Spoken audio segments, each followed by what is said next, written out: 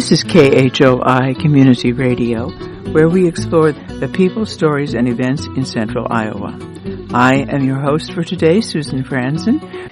Next, we'll listen to a conversation between Ursula Ruedenberg and Nicholas Johnson, pioneering Federal Communications Commissioner from 1966 to 1973, and more recently retired from teaching communications and cyber law at the University of Iowa College of Law.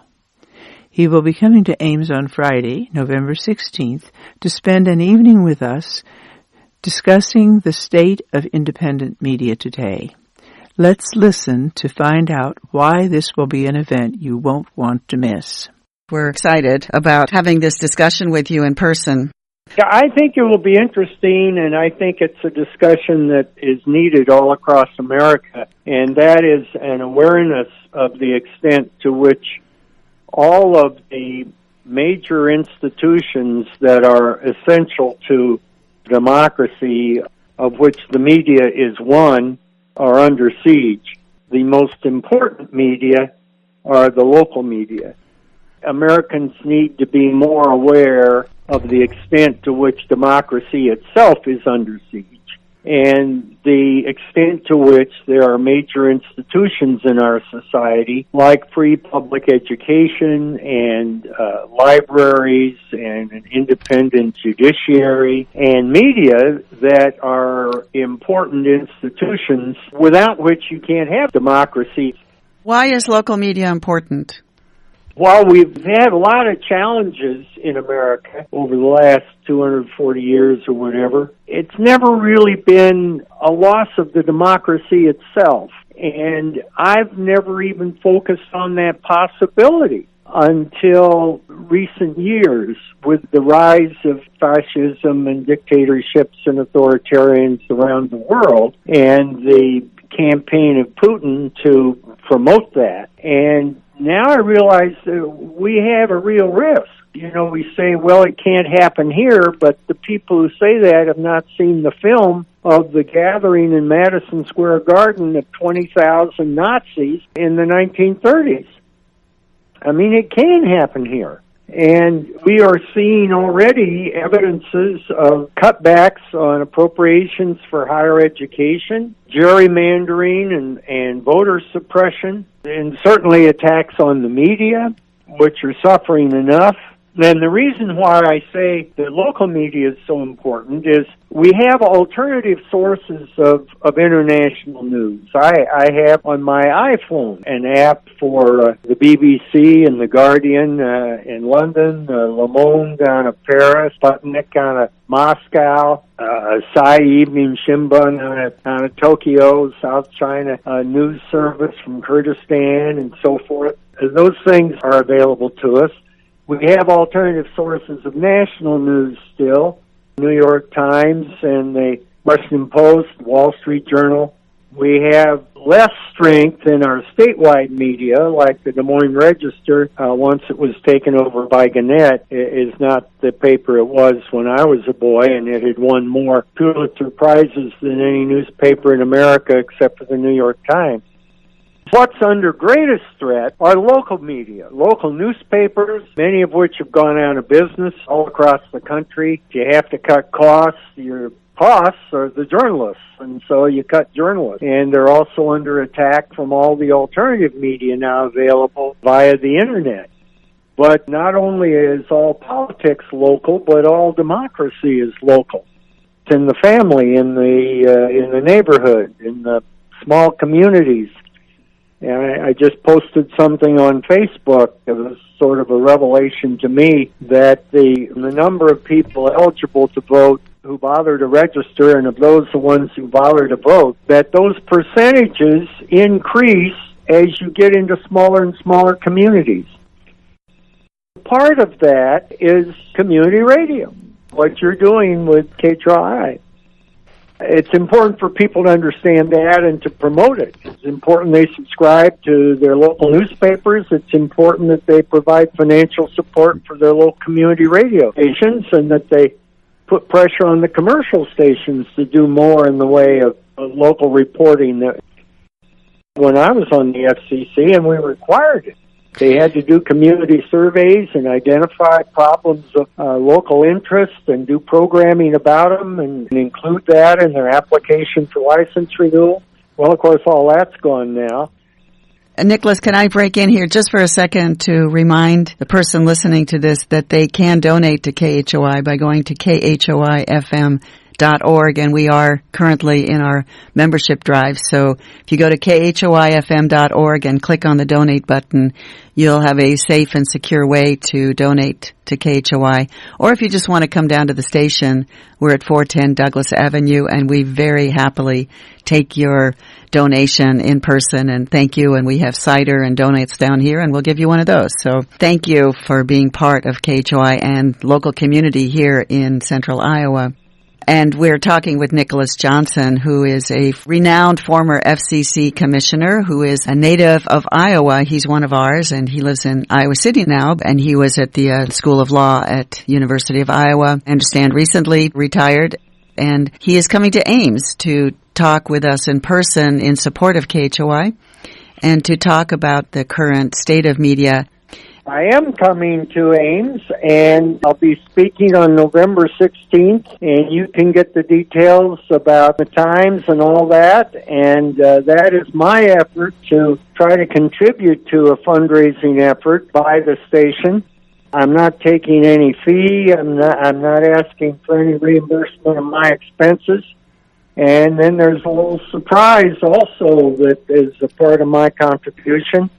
But I want to get together with the folks of Ames and talk not just about KHOI, but about the media in general, local media in particular, and the role of independent media in supporting a democracy and how it's under siege, and most important, what we can do about it, because we're not helpless in this.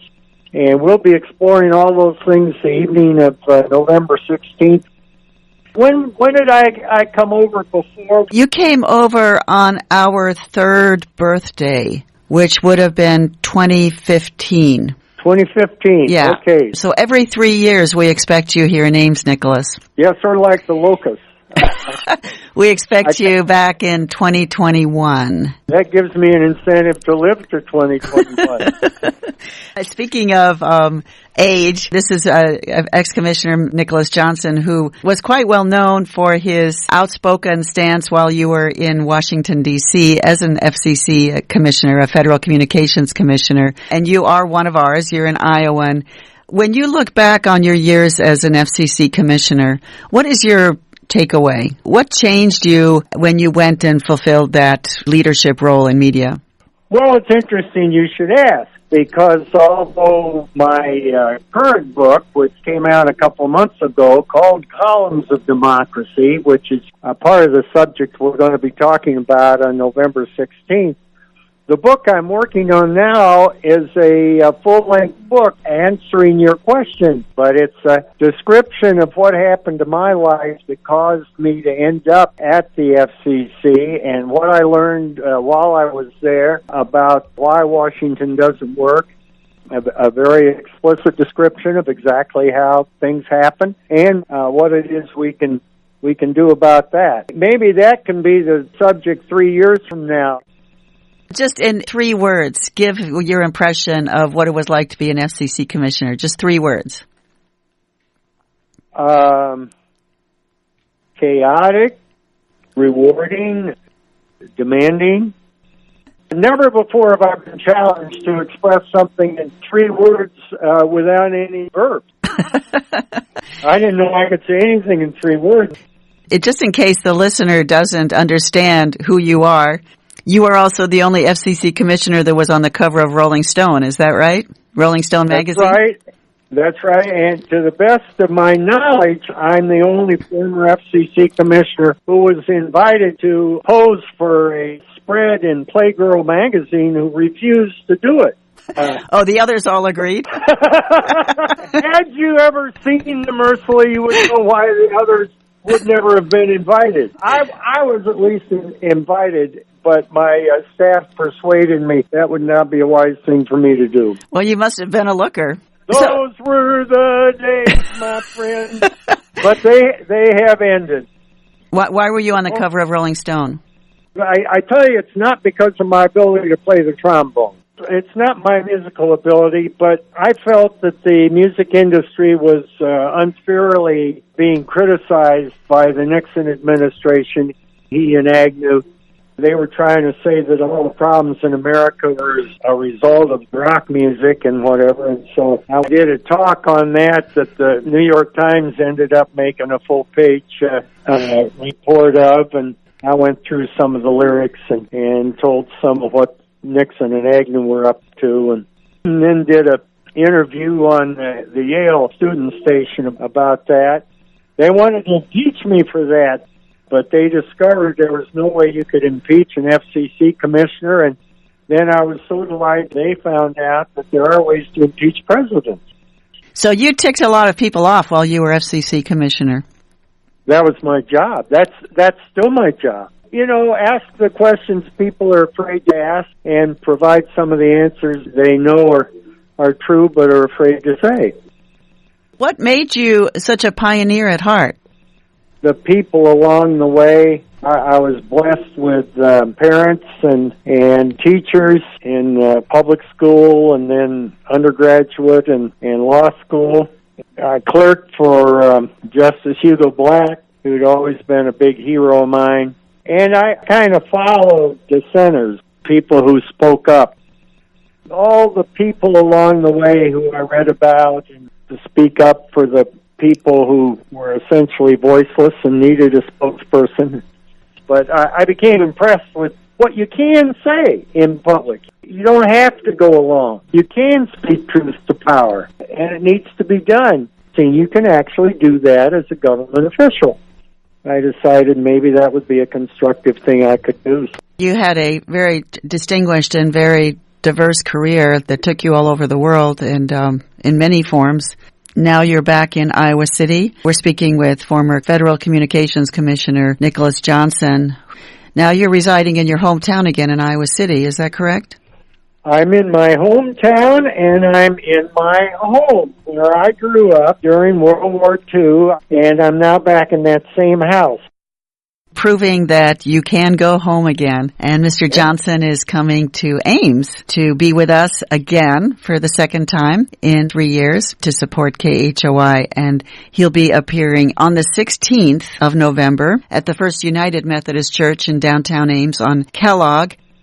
At 6:30, we're going to be having a social hour where you can meet and greet Mr. Johnson. We'll have some refreshments from our spectacular volunteers, and the refreshments always are spectacular. A chance to meet Mr. Johnson, who is a historic figure in media. And then starting at 7 o'clock, we will have a presentation from Mr. Johnson with some question and answer discussion afterwards. And this is a fundraiser for KHOI. It's a free will donation. Come and join us, support your local media, and have a really memorable evening. Thank you, Mr. Johnson, for spending so much time on the phone with us to let people know what's going to happen and who you are.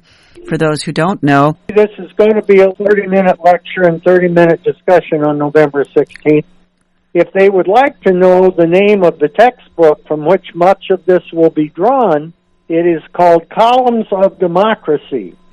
Columns of Democracy, you can go to Amazon and look up Columns of Democracy, and they can deliver it to you in 2 days. That way you can brush up on the reading assignment. That is not required. You can come to the lecture and try to figure it out as best you can without having done the reading, which many students have done going through college. You're going to bring 5 copies with you for 5 lucky donors who will then get a personally signed copy. Is that correct? Yes, I'm donating those, but they are for a fundraiser. So we're going to set a minimum price, what they have to be, and then we're going to have them bid, and whoever the highest bidders and contribute the most to the station, and none of that revenue goes to me either. So I'm contributing everything that evening in an effort to get other folks to be equally generous and make a support to a very important part of the Ames community and support KHOI. And I very much look forward to seeing folks and seeing you, Ursula, on November 16th. And you can find the place and time on the KHOI website. That's KHOI-FM.org. And while you're there, you can make a donation at the donate button. And come join us. That's Friday, November 16th at the First United Methodist Church in downtown Ames on Kellogg in the beautiful, beautiful sanctuary. Mr. Johnson will be there, and as you can hear, he's a particularly enjoyable and easy-to-like person. Maybe that's how he got away with being such a troublemaker all his life. But it will be a really enjoyable event. This gentleman has a great sense of humor and a colorful speaker and an important message in our time. He is a thought leader, has always been a thought leader, and so we invite you to come and share an evening of thinking about what actually local media means. Put KHOI in some sort of dignified context, right, Nicholas? We're going to dignify KHOI with your presence. Well, no, you dignify me by inviting me there.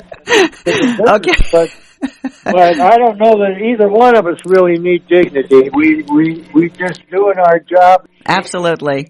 Thank you so much, and see you on a week from Friday, Mr. Johnson. Right, looking forward to it. Looking forward to it, and looking forward to having you, the listener, join us. And, these are times where we have to have enjoyable, heartening conversations, and this is definitely going to be one of them. So see you on Friday, the 16th, at the United Methodist Church. Thank you, Nicholas. Okay, thank you, Ursula. Okay. Bye-bye. Bye-bye. This is KHOI Community Radio.